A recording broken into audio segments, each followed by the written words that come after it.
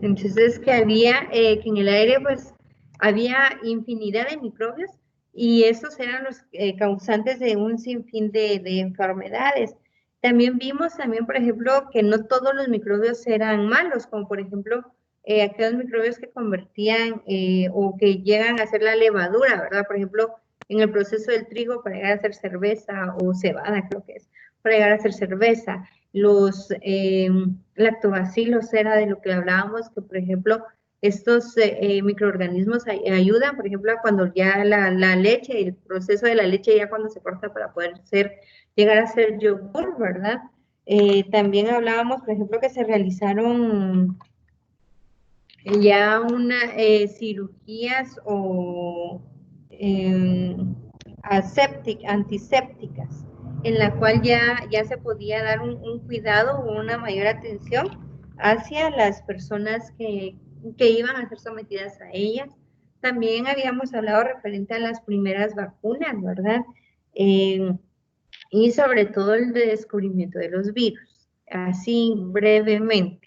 Y entonces vamos a continuar en base de eso y pues obviamente si hay vacunas, quiere decir de que hay también organismos, ¿verdad? Que necesitan ser combatidos. Les voy a combatir, no, a compartir mi pantalla. Me dicen ustedes cuando ya la puedan visualizar en su pantalla.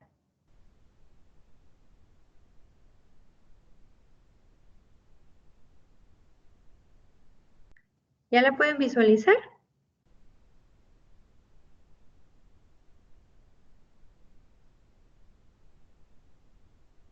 Chicos, ¿ya pueden visualizar la pantalla? Sí, gracias, Sí, Diego. Miss. Perdón, no había leído. Es que por lo regular mantengo el chat cerrado. Está bien. Gracias, mi amor. Gracias, Diego. Entonces tenemos aquí, vamos a ver lo que son microorganismos patógenos. Y antes de entrar con esto, pues tenemos que saber que la mayoría de los microorganismos son dañinos para los demás seres vivos y han tenido una gran habilidad para poder, la mayoría de ellos, poder adaptarse a las condiciones en la cual los seres vivos, en este caso los animales, viven, ¿verdad? A través de la piel o nosotros, ¿verdad? De enfermedades digestivas o respiratorias debido a cada uno de estos microbios. ¿Sí? Entonces, los microorganismos patógenos, entre ellos podemos mencionar lo que son las bacterias, los hongos, los virus y los protozoos. Vamos a iniciar con lo que son las bacterias, ¿ok? Y pues aquí tenemos los tipos de bacterias, pero antes de, tenemos que saber de que las bacterias son organismos unicelulares, ¿verdad?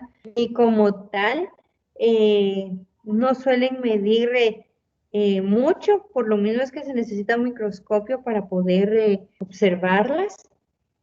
Eh, la característica de estas bacterias es de que son parásitas, ¿verdad? Y descomponedoras, o sea, necesitan tener un huésped, ¿verdad? Para poder sobrevivir. ¿Sí? Y pues muchas de las bacterias, como lo podemos observar en esta imagen, tienen flagelos, ¿verdad? Que les sirven, ya sea uno o varios flagelos que les sirven para eh, realizar varias posiciones en la célula y poder así desplazarse. ¿Sí? Y como lo podemos ver aquí en la imagen, pues las bacterias tienen diferentes formas. Se dice que las bacterias más frecuentes son las de forma esférica o las de forma alargada, o sea, las de cocos y la de bacilos, ¿sí?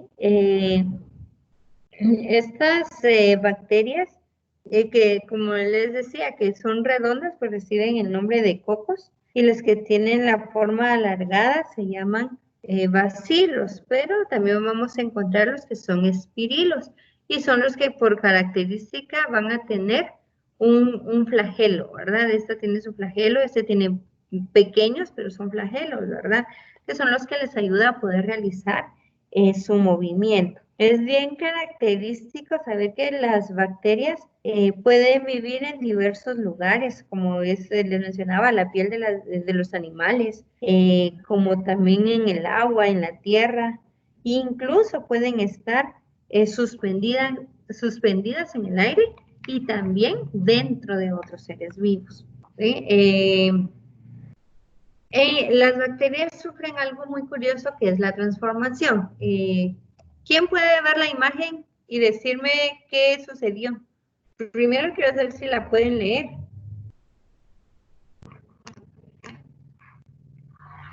¿La pueden leer?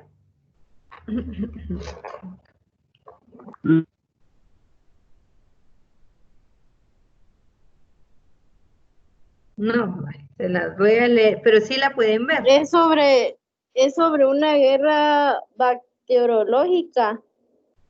Ah, muy bien, ajá. Y hay una bacteria herida. ¿Y qué le dice la bacteria herida? Dice, vamos, Jimmy, levántate, no alcanzo a ver mis, Leucocitos. ya casi están aquí, dice. El coronavirus lo mató. No directamente porque esa es una bacteria y por eso es que, por eso deben prestar atención. El coronavirus es un virus, y es que estamos hablando de bacterias. Entonces dice, vamos Jimmy, levántate. Los leucocitos ya casi están aquí. No, no lo voy a conseguir. Mi membrana se ha roto, dice la bacteria que está herida. Entonces le dice, no, Collis, voy a morir, pero antes quiero que tomes esto. Y dice que es un fragmento de ADN, te ayudará a sobrevivir, pero es un fragmento de ADN. Yo no lo necesito. Allí donde voy. Sobrevive, amigo mío, sobrevive. Jimmy, no. Dice. Y toma el ADN y de último dice, te vengaré. ¿Qué creen que tiene que ver esto? O sea, no es solo un chiste o no es solo una historieta. ¿Qué creen que tiene que ver esto? Pues sucede que las bacterias pueden recolectar ADN de otros organismos, aunque esos otros organismos sean o no sean bacterias. Y en este proceso, cuando ellos toman o recolectan el ADN de otros organismos, se le llama a ese proceso, se le llama transformación. Y después de la transformación, las bacterias que han conseguido o han recolectado más ADN, forman unas placas con antibióticos y esto entonces las hace mucho más resistentes a la medicina. ¿Sí? Esa es una de las funciones o una de las características que tienen las bacterias. Luego tenemos aquí lo que son los protozoos. ¿Sí? Y los protozoos que son organismos también unicelulares, pero también encontramos protozoos que son como nosotros, ¿verdad? Que tienen también más de una célula. Y la característica de los protozoos es que son autótrofos, que son heterótrofos, perdón. Y eso quiere decir que entonces necesitan de otros para poder alimentarse y poder sobrevivir. El tamaño de los protozoos también es bien pequeño, se mide en micras. Eh, pueden llegar a medir de 3 a 8 micras, los más grandes. Y como podemos ver en la imagen, su forma es muy variable. Algunos son esféricos, otros, o la mayoría que vemos aquí, tienen formas irregulares, ¿verdad? Y pues estos protozoos, su característica es que producen eh, enfermedades en los hombres y en los animales. Yo no sé si ustedes habían escuchado la enfermedad del sueño.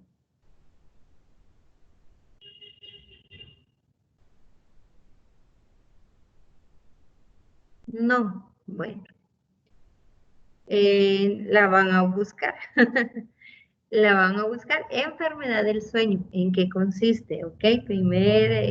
Primera anotación. ¿Sí? Entonces la vamos a buscar. ¿Por qué? Porque, por ejemplo, estos protozoos, lamentablemente, ¿verdad? Logran alojarse de una manera muy pronta, o sea, es ingresando al cuerpo humano y empieza ya a provocar, ¿verdad? Cambios, empieza a provocar ya malestares.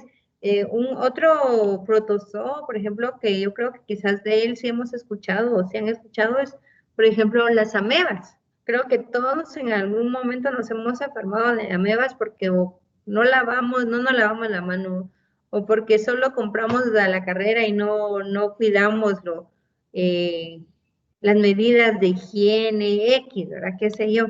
Pero entonces creo que todos nos hemos enfermado quizás de eso, y pues las amebas también son protozoos que dañan directamente a los hombres, ¿sí? A nosotros como hombres son a los que más atacan. Sin embargo, hay muchas más otras características, ¿verdad?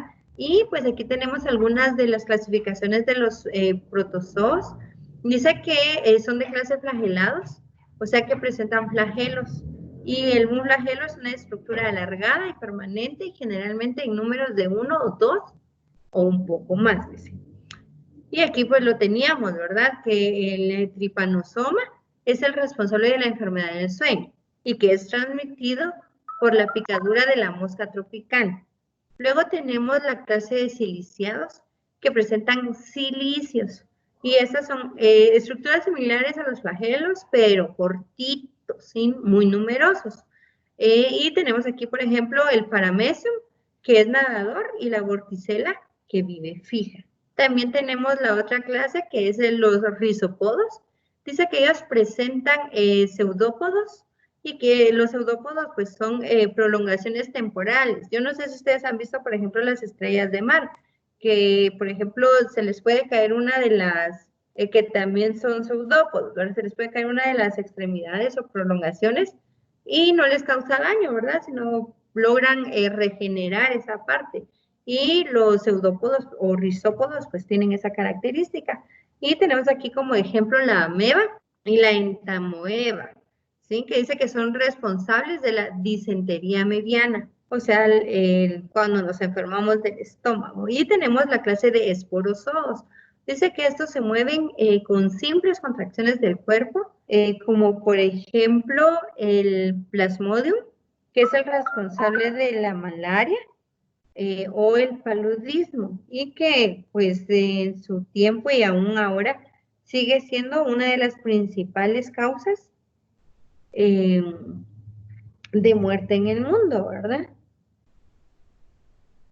Tenemos también los hongos, y en específico vamos a hablar de lo que son los hongos microscópicos, ¿verdad? Pero vamos a aclarar que, por ejemplo, los hongos microscópicos son organismos eucariotas, o sea que también tienen varias células, pero ellos son, aunque algunos los caracterizan o los pueden considerar plantas, estos hongos son heterótrofos.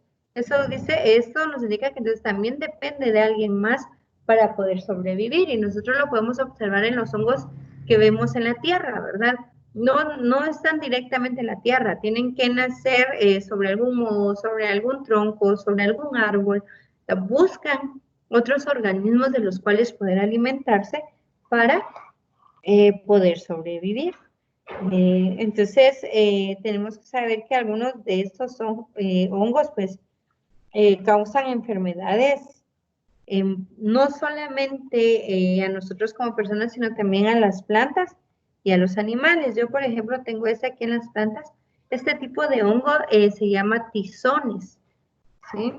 Y pues, obviamente lo que esto causa es es pérdida total de la planta a la cual empiece a alojar, ¿verdad? O empiece a invadir. No hay algo que la pueda curar, sino que ya esta cosecha, se podría decir, se da por perdida. Y tenemos también lo que son las royas. Si se dan cuenta, son totalmente diferentes, ¿verdad? Los sisones son como manchas y afectan a la planta completa, mientras que las rollas van a afectar, son como ronchitas y van a afectar en sí el tallo y la hoja en la planta. Pero de igual manera, causan pérdida porque no se pueden, para poder limpiar la planta hay que podarla prácticamente, ¿verdad? Entonces lo que causa es una pérdida total. Y tenemos aquí lo que es la candiniasis. Esto pues, esto ocurre en las personas. Esto, la primera imagen que ustedes ven aquí es cómo se ve esto en los a través de un microscopio, ¿sí? Sin embargo, también pues tenemos cómo se puede presentar en una persona. Esta es una área bucal, ¿sí? ¿Qué es lo que...? Y no solamente pasa de esta manera, eso es de una forma interna. Por la garganta, ¿sí? Se alojó, entonces este hongo, cándida se alojó en la garganta de la persona, pero también puede salir de forma externa y causar irritación en las personas. Entonces, los hongos, pues, son de los eh, microorganismos más comunes, ¿verdad? Incluso, por ejemplo, podemos ver muchas personas que han tenido, que sufren problemas en los pies o en las uñas, por lo mismo de que estos hongos se alojan, ¿verdad? Y difícilmente, pues, dejan el huésped en el cual se alojan. Y luego tenemos aquí lo que son los virus. Ahora sí, esa es la diferencia, ¿verdad? Entre un virus y una bacteria, porque los virus, para empezar, no son células, ¿sí? Aunque dice que, por ejemplo, no se ha llegado a un acuerdo de saber si están vivos o no, porque los mismos virus no tienen la capacidad de todo ser vivo, ¿verdad? Ellos no pueden nutrirse, ellos no pueden reproducirse.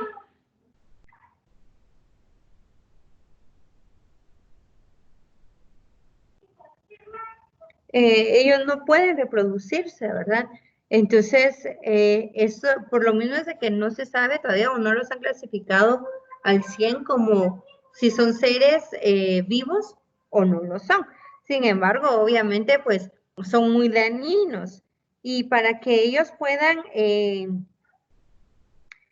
desarrollarse prácticamente necesitan de la presencia de otras células.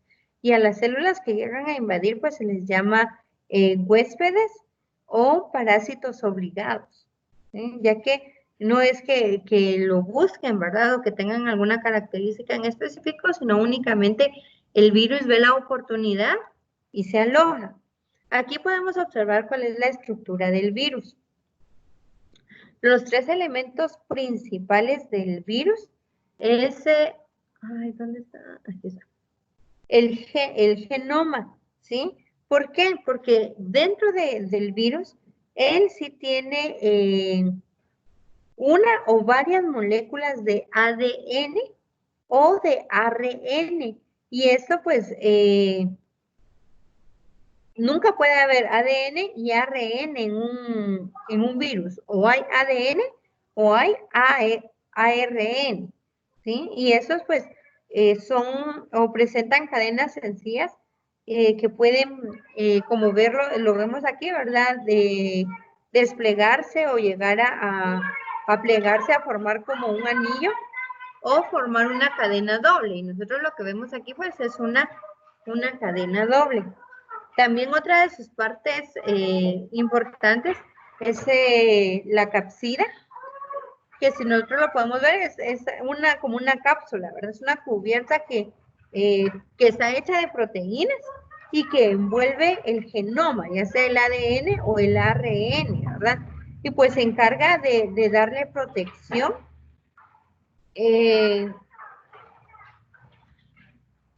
cuando esos dos, o sea, cuando todo virus los tiene juntos, ¿verdad? Y a esto tanto el capsida como el genoma recibe el nombre de nucleocapsida, ¿verdad? ¿Por qué? Por la importancia que tiene. Y pues la última parte importante que pues, puedo mencionarles es lo que es la envoltura membranosa, ¿verdad?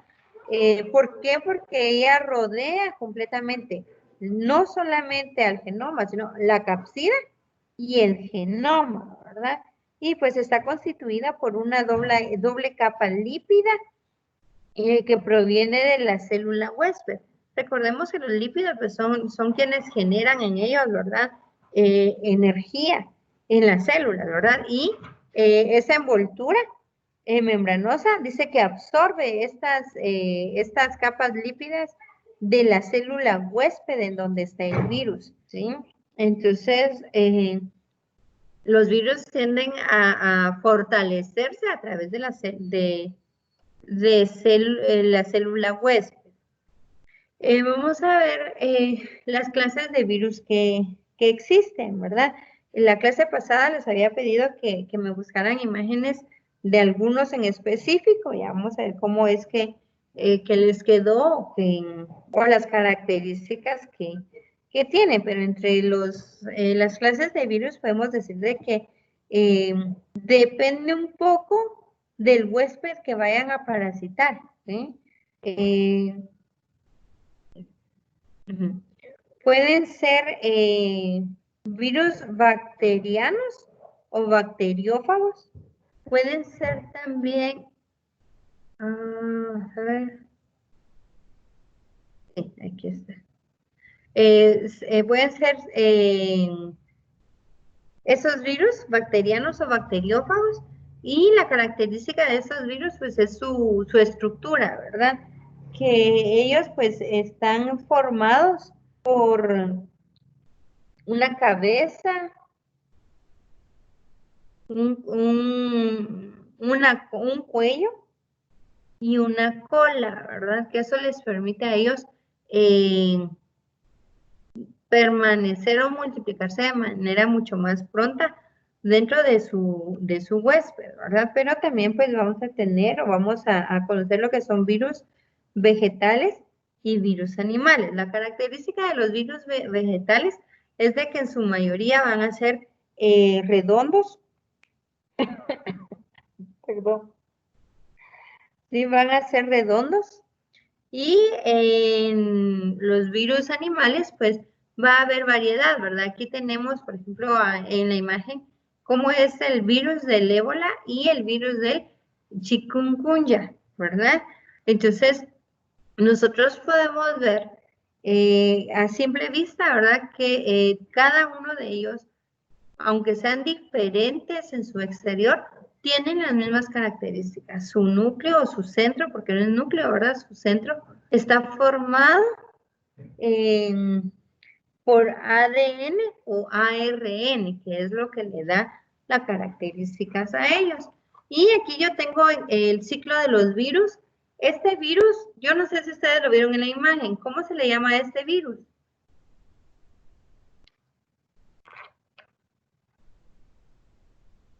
Muy bien, es un virus bacteriófago, ¿verdad? Y la característica de estos virus, pues aquí estamos, vamos a verlo paso a paso, ¿verdad? Y cumple un ciclo, ¿verdad? Se realiza la absorción o fijación, o sea que elige, ¿verdad? Al huésped o la célula huésped en la cual se va a alojar. Luego tenemos que ya al elegir la célula huésped, pues inyecta el material genético dentro de esta célula. Luego vemos aquí como síntesis, perdón, de enzimas virales se replican el material genético, ya sea el ADN o el ARN. Luego, tenemos aquí como el material genético del virus interfiere en el metabolismo de la bacteria y dirige la formación de piezas, ¿verdad? Ya aquí ya vemos piezas más formadas. Luego tenemos lo que es el ensamblaje, o sea que las piezas empiezan a unirse y a formar nuevos virus.